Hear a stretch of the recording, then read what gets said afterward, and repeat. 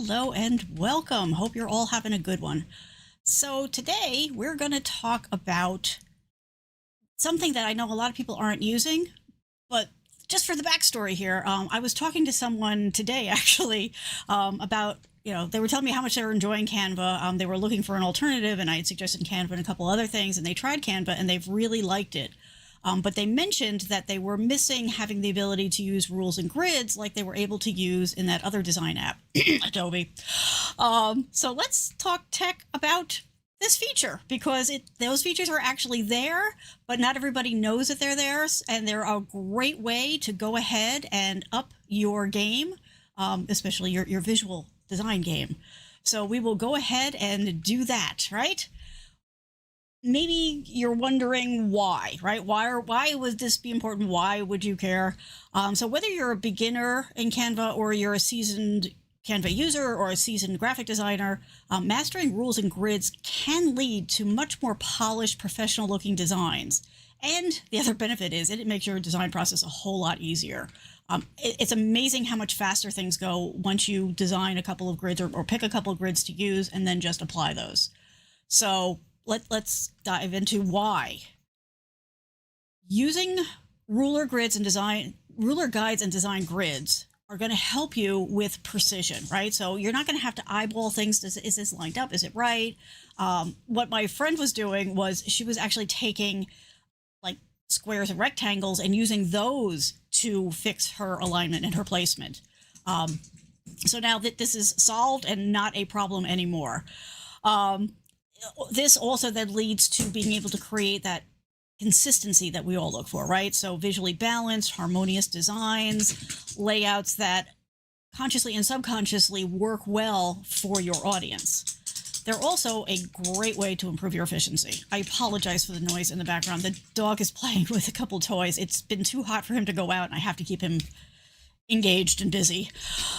So efficiency. The efficiency, having these lines and guides lines and making it all very visible to you when you're laying things out will make things faster for you, right? It speeds up your overall workflow because you're not having to keep second guessing yourself and tweaking things a little bit because things just line up for you. And it makes complex layouts much easier, right? So if you need to do a multi-column layout, or if you're doing an intricate design, you're going to have a lot more confidence about going into that by using these kinds of tools that are seamless and something that you expect to see in a graphic design tool. So there is one caveat that I want to get covered here up front, and that is, unfortunately, in this moment, so I'm recording this in June of 2024, Google. I got Google in the brain today. Canva Docs do not offer this feature. It's offered pretty much everywhere else, but for some reason it's not available in the docs yet. Hopefully that is coming. So margins, bleeds, rulers, crops, like all that kind of stuff is not in Google Docs yet. So you can't change the margin, the crop, the bleeds, all that kind of stuff. They're fixed and are based on standard print measurements and specifications. So that is the one place that you're not going to see them. But hopefully they will come eventually. We will be all good. All right. So before I go too much farther, and for anybody who is new here, hello and welcome. My name is Kathleen. I am here as your tech coach. Short version of the story is I design software for a living, but I also really like technology and the possibilities of it. So I'm in it 24/7, which means my friends, family, neighbors, coworkers tend to come to me when they have a problem or a question. If there's something that they're looking for advice on, and over time they've recommended me out, which made it very clear to me that not everybody has somebody to talk to. So hello, that's why we do this show every week. You are always welcome to come and hang out live when we do this. I usually do them Friday at 8 p.m. Eastern time, but we lost power this week, so I'm now doing it on Sunday, but normally it's Friday at 8 p.m. And you are always welcome to come hang out in chat, or you can go ahead and jump in the comments if you have a question or if you have something to share, some additional information. And if you have some topic that you want me to cover, if you have some question that you want me to answer, you can go ahead and do that there, or you can go to yourtechcoach.com, fill out the form, and I will take care of it for you. So now that we've got that out of the way, let's get back to what we're talking about. All right, so what are rulers, what are grids, right? You may never have heard these things before. you may not have even noticed them. A lot of design tools have them, but maybe you've never even like questioned it, right? So rulers are just like the rulers used in school. Straight edge, there's a lot of different names for it. And in a design tool like this, they're going to appear along the top and the left side of your canvas, and they're going to help you measure distances and align elements more precisely, all that kind of good stuff.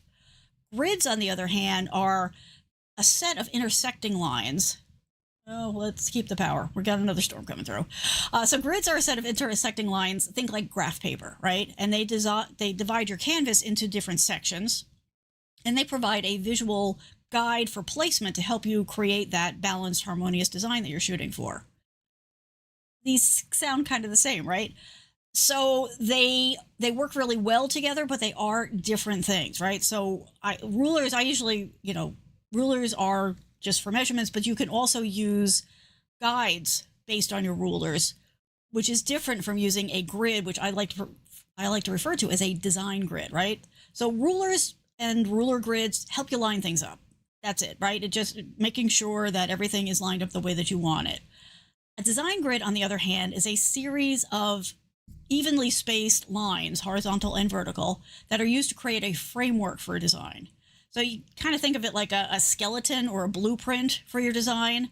It helps you structure and organize your layout and make things line up so that the two can work together. And grids can be very simple or they can be very complex depending on your needs, but it also serves the same purpose, right? It's consistency and balance. That's what we're looking for with these. So why would you use a design grid? Consistency is really the big point for them throughout your entire design, but also if you're using a design that is either multiple pages or is part of a repeating thing that you're going to use. So for example, if you are maybe building out a carousel that you're going to use for your social media, or you're going to do a series of social media posts, you can design your grid for that purpose, get it structured the way you want it, and then you've just got that there that you can go ahead and use all the way through. And that way you're ensuring that everything is going to be placed precisely where it should be. It's creating that sense of order and design that comes across feeling more polished and professional. Balance is another big part of why you would use a design grid, right? Because balance doesn't have to be, this element here, this element here, this element here, this element here. It can be. It absolutely can be. But you can create a more nuanced balance by balancing your elements and your white space the right way. And it doesn't have to be just a grid, right? It doesn't have to be like the Brady Bunch intro, right? It doesn't have to be that structured, but you can still achieve a balance by positioning things thoughtfully, right? And putting them in the right place. And so by organizing things into that grid, testing it, making sure it's right, adjusting it until you've got it to the point that you want, where the right things are getting the initial big visual weight and then leading into the more detailed pieces on whatever you're creating. It's going to help you create something that feels less cluttered, less overwhelming, and it's going to make it much easier for your viewer, your audience to navigate and consume. And then efficiency. I keep going back to this because this was the biggest thing as I was learning all of this kind of stuff that I kind of blew off at first, right? I'm like, how can it make me more efficient? And it does. And all I can do is ask you to trust me and try it, because it really does make things work faster, right? You can focus on just the message you're trying to get across and what pieces work best for that, because you already know that your grid is going to work for you. So huge, really, really important. All right, so how do we do this in Canva? Let's go ahead and take a look. Oh, hello, Marcus. One grid to rule them all. Multiple grids to rule them all, depending on what it is that you're looking to do. But yes, that's the idea. Oh, you didn't know that it was in here. Oh, that's so cool. Okay. I'm glad then, that I jumped in to do this. When I had the conversation with my friend, I was kind of like, okay, I wonder if this is like a big problem. Like, are other people running into this, or what was it just them? So I'm glad to find out that it's true, that it is working for other people. Hang on, I forgot to turn on vMix Social, so let me get that going. There we go. So yeah, it is definitely there, and I'm going to show you where and how to get to it and all that kind of good stuff. It's Quite simple once you know where it's hiding, right? And yes, you can also do snap to grid on this. So yes, because snap to grid, that is another thing that speeds things up. Like you don't have to, you can use the nudge, right? So, arrow up, arrow down, left, right, to kind of dial things in Canva. But if you're using your grids and your rules and all that kind of good stuff, it'll just snap in there for you, which is awesome. Alrighty, so let's switch over. Oh, and by the way, there's also another important point is that this is available for free and paid accounts. So you're good there too. I love how much Canva makes available for free. Like that just is a wonderful thing. And yes, okay, I know we had a little power dip there. Hopefully we're still live. But we did just have a power dip. So give me 1 second while I make sure that we're still live. Yes, I think we are. Okay, that's good. Oh, goody. Summer storms, right? You never know what to expect. All right, let me get all these pieces back together here because when the power dipped, I lost half my screens. Because, that's what happens. You just got to roll with it. Summer is what it is. I don't know where you are, if the weather is like this for you, but boy, it has been unusually warm. I mean, we don't usually get this kind of weather until August, and we have been powering through a lot here. Okay, hang on. Gotta get back to my regular spot here. Mainly because I don't want to forget anything. That's really the purpose of my bullet points. All right. We are there. Okay, so I'm going to show it to you in the free account just to make it very clear that it is available on the freebies. All right, and we're going to lose that. All right, so you are in here. You're probably seeing the new layout of Canva with since the Canva Create announcements. But we're just going to come in and we're just going to start with something. And just to prove the point, like you don't have to do things, in particular. We're going to just go ahead and we're just going to pick up something that is, we're just going to do a custom one. So we'll do it. I don't usually do inches, but I will today. We'll do 8.5 by 11 because while it doesn't work in Canva Docs, you can still make an 8.5 by 11 document or whatever your page size is, wherever you are. No, thank you. I'm showing this in here for a reason. Thank you, thank you. All right, let me make this, oops, not that big. That's a little much. Okay, so that should be pretty good. All right, so it's opened up. It's like, oh, okay, you've created this. Here are some examples of things to use, but here's what you're not necessarily seeing, and that is you need to come up here to File, and you need to go to Settings, and you need to say Show Rulers and Guides. Now, you'll notice that there is a shortcut for it. You can do Shift-R, and if you don't want to come into the menu, and if you're like me and you like keyboard shortcuts. But basically, first thing you need to do is come in here and turn this on. So that's now given us at the top the ruler and at the side. And let's make this go away.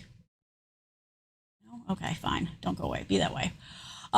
So now you've got your rules across the top and you've got your rule across the bottom. So right away now you can measure things out the way you want them.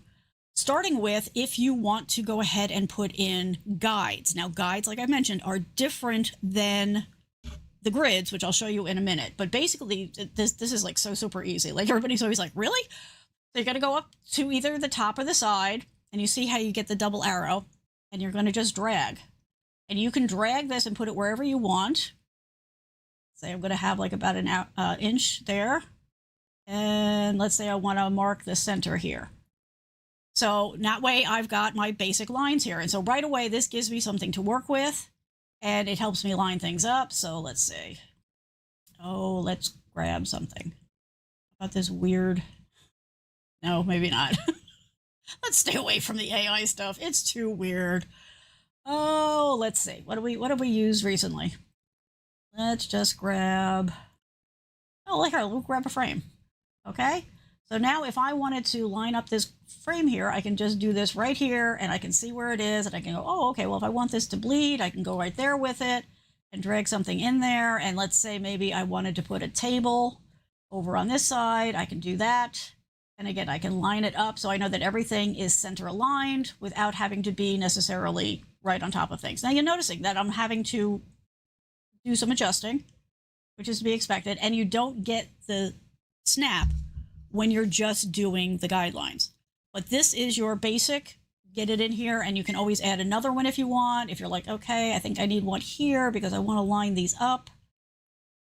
So maybe I can do it like that, and so on and so forth, right? So you've got a lot to work with here. You can readjust these if you want by just clicking on, clicking on top of them and dragging.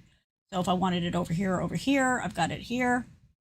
If I didn't want this anymore, like if this one is in the way, I can totally make it go away. Let me just, lining things up is sort of a OCD problem for me, right? So if you grab this and you want to realign it, you can. You can also turn them off. So you can come in here into guides and you can say clear them and they go away. So if you wanted to redo them, you can do that very quickly. If you notice, this is also a shortcut to get into them, right? So if for whatever reason it's not convenient for you to go to the top and grab them, you can just right click on your document and you can add the vertical or the horizontal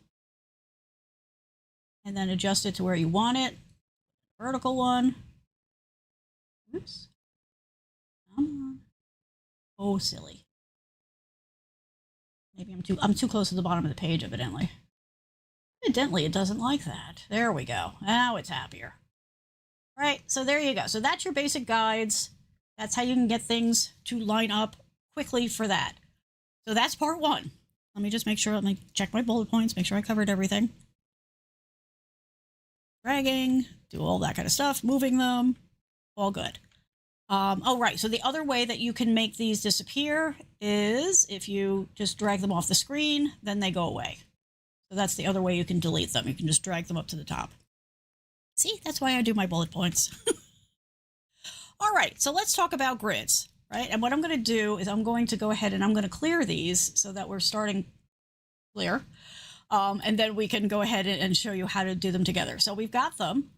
So let's say that what we're really looking for here is more of a grid layout that we can use and count on and get the benefit of the snapping and all that kind of good stuff, right? So there's two ways that you can do this. There are predefined grids, or you can create your own. So if you haven't already, the first thing that you're going to want to do is you're going to want to come in here and make sure you've got show rulers and guides turned on. And you'll know that because it'll have this little check mark next to it. So anytime that you're working with this, if you don't see it, just go ahead and select that. But now if you want to add guides, you're going to come down here and you're going to say add guides. So this is showing you, it gives you 3 default ones. So you see here on the page, right? So it's giving us 12 columns with a small gutter between each one. And this is a really common, popular way to do this, right? Because it lets you make things sized, however you want them. Whoops, I did not actually do that. Hang on. Sorry. So it's demoing it here, and if I click add guides, now I've got this 12, and the 12 is very popular, right? Because you can then have a little bit more flexibility about how you're positioning things and how you're sizing them while still keeping them in a very clean, structured way to go. And you can see that as I'm moving things, like it's making it easier for me, whoops, to snap them where I want them to go because they're working inside that grid. But there's other ones available. So if you go back to File, right, so you can also do a 3-column if you like it. You can do a grid. So here's your either Hollywood Squares or Brady Bunch, depending on your age. You've got that kind of a layout, but you can also create a custom one. So you can say how many columns you need, what you want the gapping to be, if you want a margin on it. So here, let's just do one. So let's say for whatever reason, we want 8. We want a very small gap, but maybe a little bit more than that. So maybe let's go 25. And let's give it a 25 margin. Let's say we want on this 8 columns, let's say we want 6 rows. We want another small gap. And yeah, what the heck, we'll set the same margin on that. Okay, and then as I'm doing this, you see that it's actually working it out on the page for you. So, if you're like, well, maybe I don't want 6, maybe I want 5, you can come in here and change it until you get it the way that you want it. And then once you do, you can just go ahead and say add guides, and now that is your active guide, and you can use this to size things and place things and position them exactly where you want them. Whoops. I've had too much coffee, can you tell? All right, so we have that as well. So let me just double check. and make sure that I have covered all of that before I check your comments. There we go. Okay, so that is your basics, right? So you, like I mentioned, you've got the ability to do either custom ones or select from the pre-designed ones. Once you get this kind of a thing set up, right? So you've got your structure. So let's go back to one that's a little bit more traditional. So let's go back to add guides, and let's do the 3-column. Let's do that one. Okay, so let's say that this is what we're doing. I want this up here. Size this to make it fit. Right, maybe we're going to put this over here. You can put text, you can put images, you can put whatever you want, obviously. But let's say that in addition to, like, you've got the grid, which is covering like the vertical, but you can also come in here and then do this with the guides. So you can use these together to further control, make you more efficient, all that kind of stuff here. The other thing that I wanted to point out, where is my thing here, is when I do this, you can duplicate this, right? So if you wanted to have this as your, just delete that, right? So if you wanted to use this, like I said, if you were doing a carousel, if you were doing a multi-page document, if you were doing multiple social posts that you want to have the same feel, but obviously would have different messaging, you can go ahead and build these out and do your bulk creating, and this stuff will carry across for you. So I recommend, doing one, dialing it in the way that you want it, and then once you've got that, go ahead and you can do the copy to get the other copies of it, so that this series that you're doing will carry across that same polished look and feel and the same patterns, which, again, nobody's ever going to come to you going, wow, great use of grids on your work, but they will subconsciously pick up on those patterns and react to it. That's just how the human brain works. The human brain loves patterns and organization and efficiency, and if you don't give it to it, it will try to create it, which is then going to possibly cause some cognitive dissonance, aka friction, in the people who are looking at your stuff. So that is another thing that I just wanted to let you know. So I'm going to just take a quick look here at the comments, see if there's any questions. It is, right, Marcus? It's like, it's so easy and powerful, and yet, like, so many people aren't using it. I'm like, okay, we have to fix this. We need people to be doing this.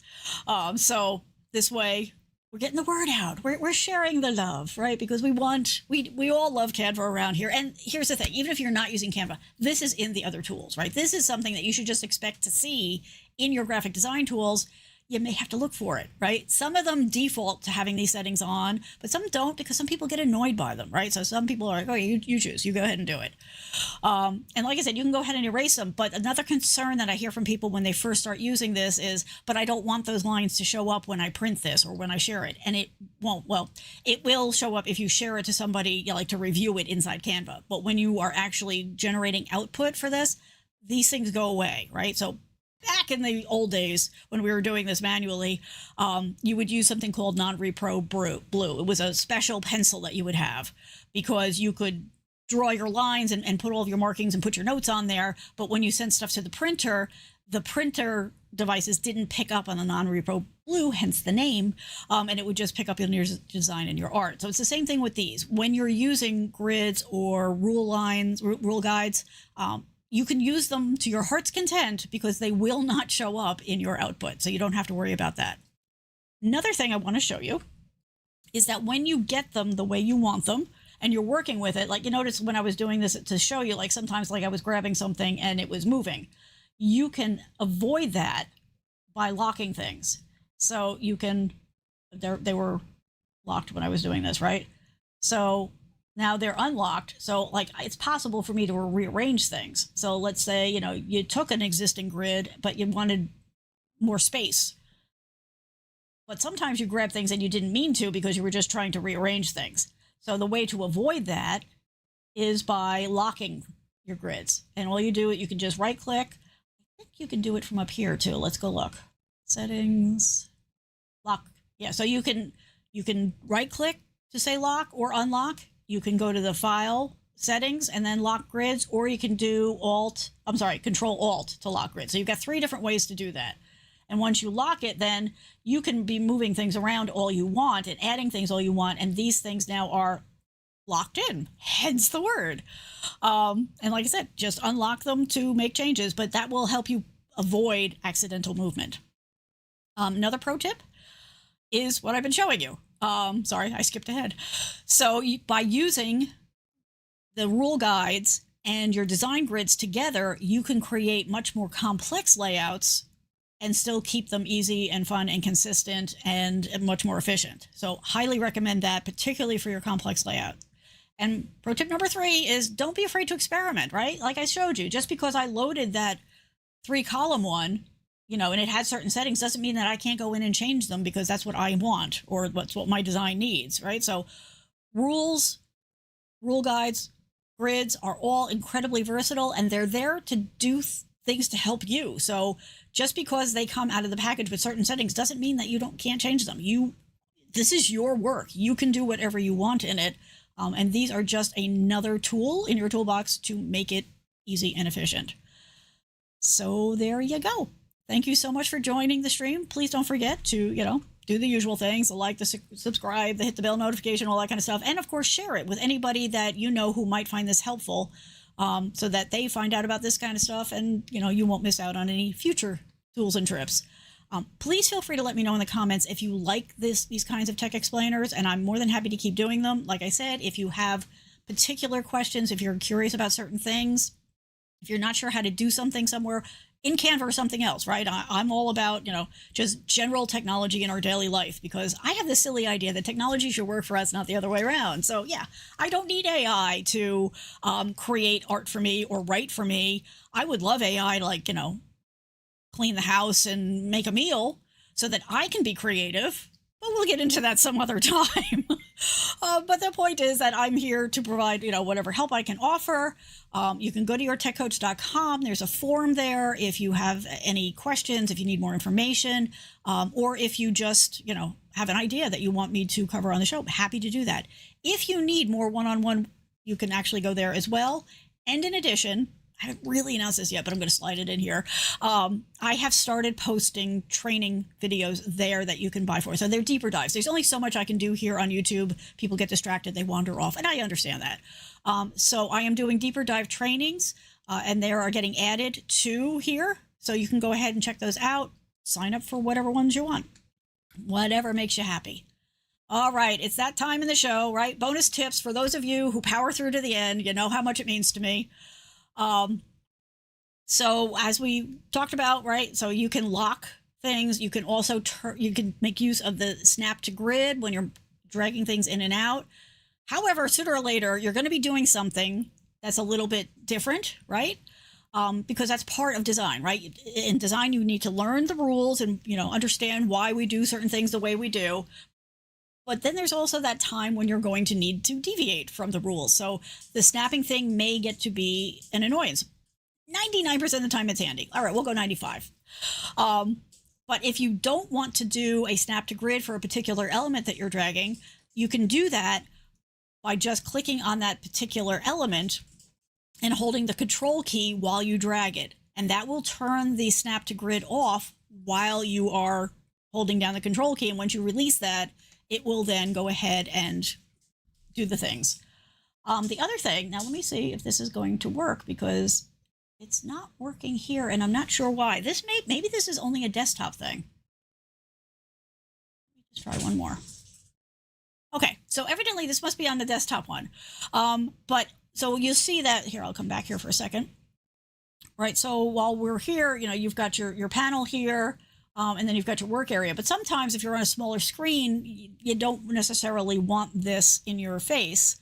And for some reason, it's not working here. But on the desktop app, when I click on design up here, it took this away and made this line go back here. So I'm not sure if that is it's something that doesn't work in the browser, or does it not work in Firefox. But just give it a try. Like if you want this panel to go away, you can go ahead and just click on that and see, hopefully it will go away for you like it did for me. I will do a little more research into that because I'm not sure why it's not doing that there. But You know, I like to give you a little something extra, so hopefully one or the other of those will be helpful to you, for you. There you go. All right, everybody. Thank you so much for coming and hanging out and having another round of Canva with us. I'd love to hear from you if you're going to start using either or and the grids and the lines and the rules and all that kind of stuff, and how it's working out for you. If you do have any questions, feel free to reach out. But otherwise, I hope you all have a great week, and we will see you next week, hopefully usual time and date, as long as the power stays on. It's, thunderstorms. You have no control over it. That's the way it goes. All right, everybody, have a good one. Bye.